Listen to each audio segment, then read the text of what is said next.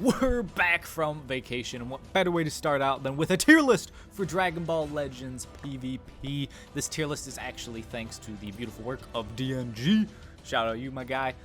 Huge shout out for having the tier list, you know, so everyone can use it. Big time. And these are the top 10, and then I have some honorable mentions here. This list is based off of me using the unit, fighting against the units, and then watching other people, whether it be on their streams or in their videos, stuff like that. That's kind of how I've come to this, you know, idea of mine for the tier list. I also haven't looked at anyone else's, so I don't know the general consensus people have. I feel like, you know, my list probably isn't super far off a lot of people's, but this is what we got.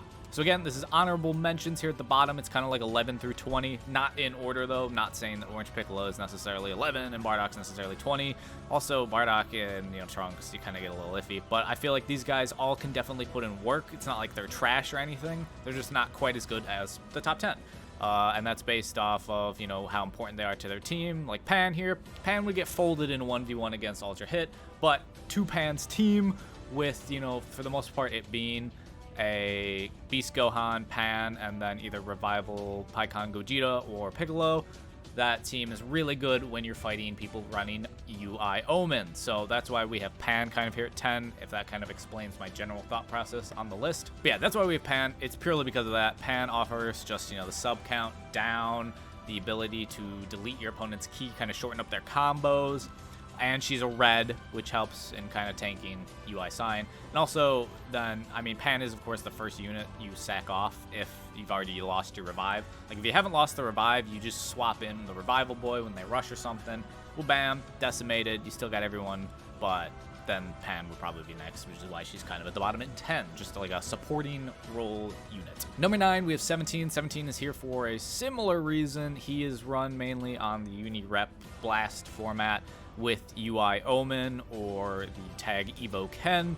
He is just there. He offers a great support. He is really instrumental in fighting against Beast Gohan when you're running UI Sign, just because he is a blue. Even though Beast Gohan can get that type neutrality, if you have a high enough star 17 can still, you know, do a little bit of tanking and try and take buffs from people when they use a blue card or an ult. He also has endurance, so if they rush, you can kind of try and get away with that. So that's what we got 17 at 9. At 8, I have Revival UI. He's seen a resurgence here with the introduction of UI Sign, mainly because purples have almost entirely died out. As you can see, there's a lack of purples here on my list entirely. I have 2 in the honorable mentions, both being Uni Reps and, you know, Go Frieza and Jiren, but they just get obliterated by UI Sign. Like, UI Sign, we'll get to him in a second, but he just ruins purples, and so greens are eating good.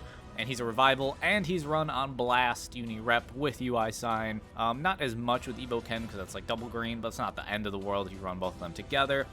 He's a revival unit who, so there you go, you can use him to eat a rush. And then post-revival, he can put in big damage. That blue card absolutely hits like a freight train, especially if they're running, you know, like a blue or something. Absolutely smacks. 7, Ultra Vegito Blue I've put here simply because of people wanting to run a red to counter UI Omen, and maybe you don't have Beast Gohan.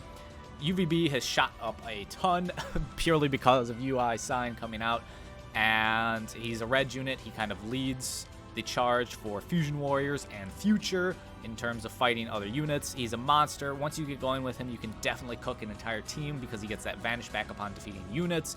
He gets that rush where he can nullify endurance, so if it's not a revival or a, you know, just whatever, what is it called? I forget what it's called, but, you know, the Goku Bardock ability where it's like an upgrade endurance. As long as it's not that, Vegito Blue will probably cook him, unless it's 17, and 17 on the battlefield, then he'll take the buff. But UVB definitely cooks right now, and is nice to have if you don't have Beast Gohan. At 6, we have the Revival Pikkon into Super Gogeta. Again, purples are in the mud, and so he's a great revival unit, easily the best one to run with Beast Gohan. He's better than Orange Piccolo. He's just a better version of Orange Piccolo. He also has a ranged blue card, which is huge when fighting UI Sign, since obviously if UI Sign has gauge and you use a, you know, charge forward, a strike-based kind of blue card, then he's going to just counter it, and you're not going to get that off.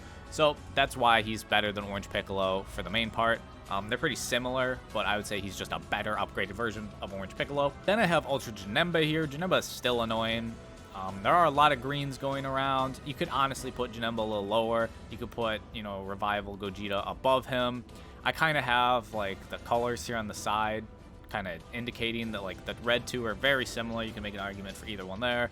This kind of orangier color, you could swap these two. These guys all have the same color because you could probably move these three around.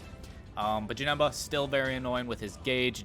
It's not like the end of the world, but it just is kind of annoying when you're trying to get a combo in, and then, oh, he has his gauge. Even if you pop it, he can still get it later on.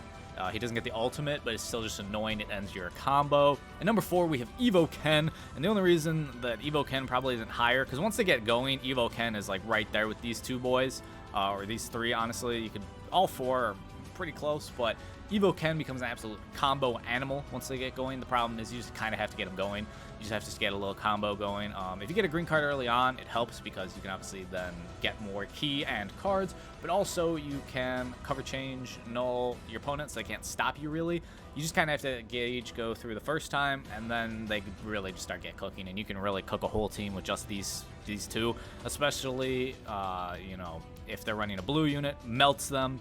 Absolutely melts through 17 and Janemba. If they're one of the Brave Souls running a purple unit, also shreds through them. Really nice. They also can heal really well as long as you don't get killed in like one combo. You can easily heal back up to like full health pretty simply. Number 3, we've got Tag Bardock and Goku. They are basically like the Goku side helps when you're fighting Beast Gohan, and then the Bardock side helps if you're fighting any blues. He absolutely obliterates them. Bardock actually puts in work against all colors for the most part. He just a lot of damage. Then they have an AoE green, which is like an upgrade to Evo Ken, because AoE greens are so annoying. Everyone knows that. You just get caught by it, and boom, bam, there they go. They're running off their combo. They also have the Indestructible. That's what I think they call the technique. Indestructible, so when they get down to 0 HP, you cannot kill them. You have to drop the combo. You can catch them if you drop the combo, and the other person, you know, isn't quite paying attention, and you just kind of drop for a second, and then bam, you go get him again. You can kill him that way. But it is a nice ability. Also kind of stops against the Rising Rush, and VB doesn't nullify it, so you don't have to worry about that there. So that's why I'd put them at 3. Then at 2 and 1, honestly, you can make an argument for either one of these guys, you know, as number 1 or 2. I put Beast Gohan here at number 2. Because Beast Gohan's an animal, absolute monster in the game. He has the ability to take away a Vanish, which is a great way to hurt UI Sign Goku. He is the number 1 UI Sign kind of hater. He's the number 1 reason that UI Sign isn't really running away with this game right now. UI Sign's kit is insane, but Beast Gohan is here doing great work in stopping it from being a one-man show of just Uni-Rep Blast, you know, all the time. He's kind of helping spread out the meta, keep it alive in that sense. So Beast Gohan, his gauge is really nice, being defensive at the start. Then he gets that type neutrality when he transforms, takes a Vanish. Dude gets so many Vanishes back as well. Also hits like a freight train with that blue card. So fantastic all-around unit there in Beast Gohan. And then UI Sign, his kit's just got like, he's got the Ultra Instinct gauge, so he can dodge attacks without having to actually use a Vanish gauge. He can then has the ability, if they're comboing you and they use a strike or a, you know, strike-based blue card, he will just dodge it mid-combo as long as you have Vanish your UI gauge. As long as you have gauge, he will just dodge it so he doesn't get hit by it, which is why, you know, range of blue cards have become so much more valuable right now. He has the main thing that I use UI for, and I think a lot of people should, is he's a sniper. This man is a stone-cold sniper. What I mean by that is, I normally, so my team that I've currently been running is UI Sign, Evo Ken, and 17. And I start with Evo Ken. They got Blast Armor. It's one of the things UI Sign doesn't have, but you got Blast Armor. You can start comboing somebody. And then, if their health is getting a little low, swap in UI Sign because of his ability to just stop their cover change. You know, they'll go for the cover change. He will throw them away. And then he draws an ultimate, which is a fantastic way to kill off an enemy unit so quickly. UI Sign is great to kind of swap in, snipe someone out of there, and then they're already down to 2 units. You want to try and avoid doing it against, you know, Beast Gohans or Vegito Blues or Pan's red units simply because he is a yellow. And it's not the end of the world, though. I did actually snipe someone with Beast Gohan. They just weren't really playing, you know, that well. I was comboing with Evo Ken, got him pretty low on health, and then I just swapped in UI Sign. They tried to cover change. It was too late at that point, and he was low enough health that the ultimate was able to get the kill, but that doesn't normally work against the reds. It's much better against every other color. But just in that of itself, that's like a free kill as long as you play your cards right. A free kill, and that really sums up my tier list here. Let me know in the comments if you think, if you change anything else. Again, like 5, 6, and 7, they're all kind of right there. You could easily swap him right there. 3 and 4, I think you could easily swap Bardock and Evo Ken depending on the situation. 1 and 2, I think they're a little bit ahead of Bardock and Evo Ken, both of these two, but it's not like they're country miles ahead. I mean, UI Sign probably would be if Beast Gohan didn't exist. This would be devastating. This would be a devastating time for everyone else who did not have UI Sign. So Beast Gohan there kind of helps keep the meta alive and healthy. And yeah, that's really my list. Let me know what you think again in the comments, what you change. If you enjoyed, leave a like, subscribe, all that beautiful stuff, and I'll catch you all tomorrow.